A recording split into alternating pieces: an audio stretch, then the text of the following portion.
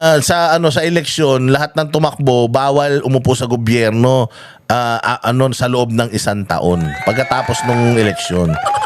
So kung magiging DILG Secretary si Trillanes, sa sa 2026 pa yan. Oo, malabo na yan, malabo pa yan. Putang ina yan, pag nilagay mo si Trillanes DILG, hindi naman yan law enforcer. Putang ina, wala namang alam sa buhay yan. Wag nga kayong ano. But anyway, sobrang engot nito ni Bongbong, malay mo. So, ganyan ang ginagawa ng mga yan. Tatanggalin, kunyari, nag-resign, kunyari, para masabi, may ginawa. Pero kung titingnan mo, itong mga nangyaring ito, na mga pagre-resign ng mga tao na yan, puta, mayroon bang ano yan sa buhay natin? May significance ba sa buhay natin? Magmumura ba bigas? Mawawala ba krimen? Di ba? Aabuso pa rin sa kapangyarihan mga hayop na yan. At tingnan mo, yung malicious mischief na kaso ni Abalos, dismiss na. Bakit? Sino ba ang hepe ng Department of Justice?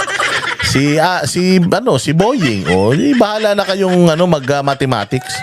Yung anak nga ni Boying nahulihan ng droga na-acquit 'Di ba? Yung anak nga ni Boying nahulihan ng droga, na-acquit Puta, si Abalos pa kaya best friend niya yan. 'Di ba? Pero hindi pa ngayon. Huwag kayong mag-alala. Yung mga nadidisappoint diyan sa pag-acquit yung pagka basura ng kaso ni Abalos na ikinaso ni Pangulong Duterte, malicious mischief, mababa lang yan. Isa lang yan sa mga libo-libong kaso nila. Relax. When the right time comes, pagdating ng tamang panahon, putang ina, basyo lahat yan. Maniwala kayo. Again, sa 2028, it's gonna be VP Sara Duterte, and VP Sara will not take all of what happened in the past lightly. Lahat yan, putang ina, nakamlista yan. Kalma lang. Kaya ko Abalos, na-acquit ka. Na basura, tapos tuwan-tuwa ka, sabi mo gumagana batas. Putang ina mo, gumagana pala batas. Ba't pumayag kayo pamigay si Duterte sa dahig? Bobo kayo, putang ina nyo. Mga hayop kayo, mga ginagawa nyo sa Pilipinas, kayo lang nakikinabang. So ito, pakinggan naman natin itong mga tawag din tungkol sa yung history na lang ng mga revamp. Tingnan muna natin yung history ng revamp bago natin pag-usapan yung mga ibang issues tungkol sa revamp. Sige, pasok. Balita sa cabinet revamp o yung malawakang pagbalasa ng Pangulo ng kanyang gabinete na madalas ginagawa kapag problemado ang isang administrasyon. Tingnan mo na lang ang nakaraang 4 na administrasyon sa nakaraang 25 taon. Sa kanilang lahat, si dating Pangulong Gloria Arroyo ang may pinakamarami at pinakamalawak na mga cabinet revamp.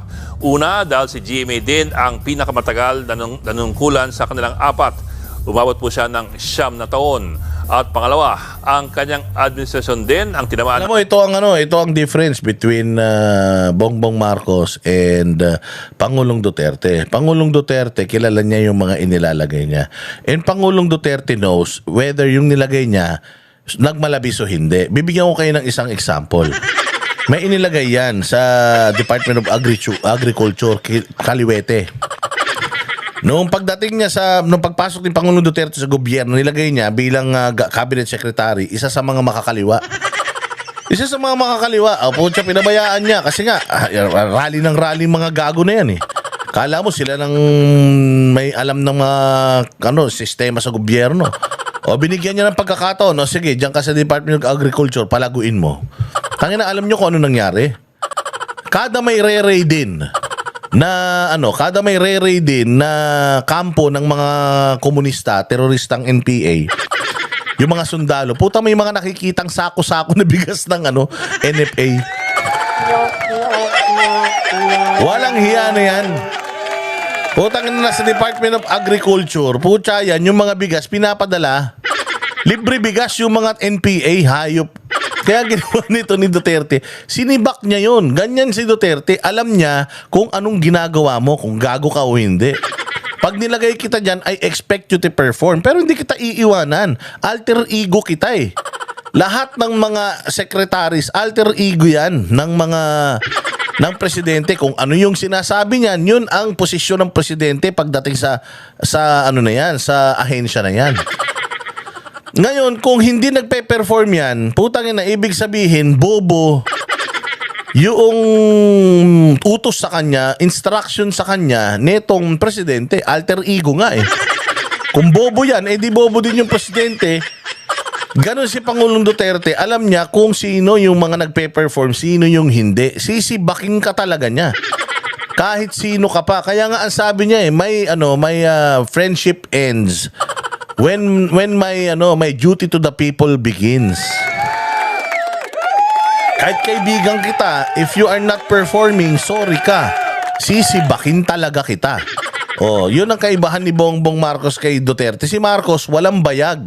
If you ask him kung kamusta ang Department of Agriculture, sasabihin niyan, okay naman. Kumusta ang Department of Science and Technology? Okay naman. Laging ganun. Pero ngayon, pag tatanungin mo, putangin lang yan, kung kamusta, wala. Basta tanggalin sila lahat. Tanggalin daw lahat, hayop. Di ibig sabihin, ikaw naglagay sa mga yan, di ibig sabihin, tanga ka. Ng sunod-sunod na mga skandalo na nakaapekto sa kanyang popularity at performance ratings. Mula po sa Ocod Mutiny noong 2003 kung saan nagrebelde ang mga tropang Magdalo hanggang sa 2004 elections kung saan mahigpit ang labanan nila ni Fernando Poe Jr. Ang unang cabinet revamp ni Arroyo, 2 buwan lamang matapos ang 2004 elections na yan. Si VP Noli De Castro, ginawang pinuno ng HUDCC, at si Mike Defensor naman ay nilagay sa DENR.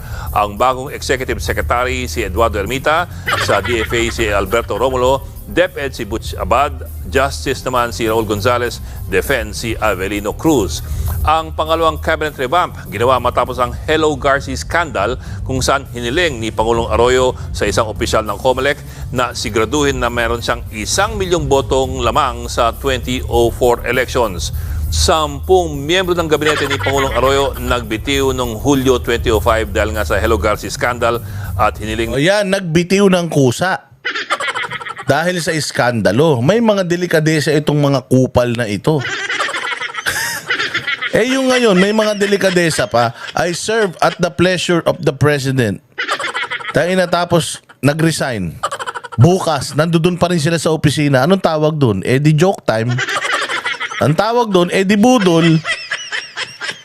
Tangina, lokohin nyo pa kami. Tama, bantayin mo. Bantayin mo yung mga malalaking pangalan. Yung mga malalaking pangalan, puta sila pa din yan. Maniwala kayo sa hindi. Sila pa din yan. Kita mo, tinanggal si Bersamin. Ay, hindi. Nag-resign si Bersamin. Tinanggap? Hindi. Katulad dito, si Bobo Gadon. Hindi daw siya kasali. Magkagalit sila ni Claire. Pareho kasi silang tanga.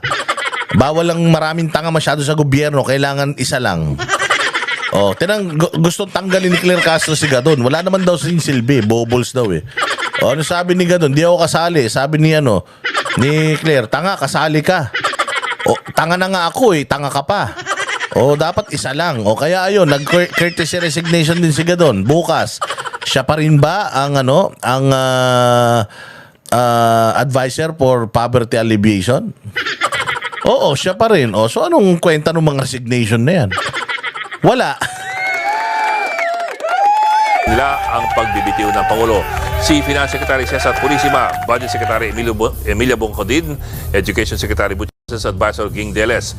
Bagi po sila ng tinatawag kalaunan na Hayat 10. Pero sinubukan silang unahan ng Pangulong Arroyo. Nag-anunsyo si Arroyo ng malawakang cabinet revamp kasama yung mga nagbitiw na opisyal. Hindi nagtapos ang problema ni Arroyo dyan. Taong 2006, nagdeklara siya ng state of emergency dahil sa withdrawal support ng ilang elite military units. At noong 2007, Manila Pen... Wala nang ganyan eh. Wala nang ganyan ng mga militar ngayon. Yung mga...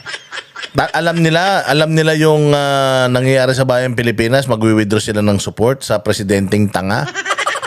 Wala nang ganyan ngayon. Yung mga general ngayon sa Armed Forces of the Philippines, putang ina. Puros mga bakla yan. Tingnan mo yung nakaraan. Mayroon rape. Yung dalawang sundalo, ni-rape daw sila ng general na bakla. Mga supot na. Yung mga general natin ngayon, putang ina, yung mga breed ng matatapang na general, yung mga general na talagang sumusunod sa konstitusyon, wala na yun.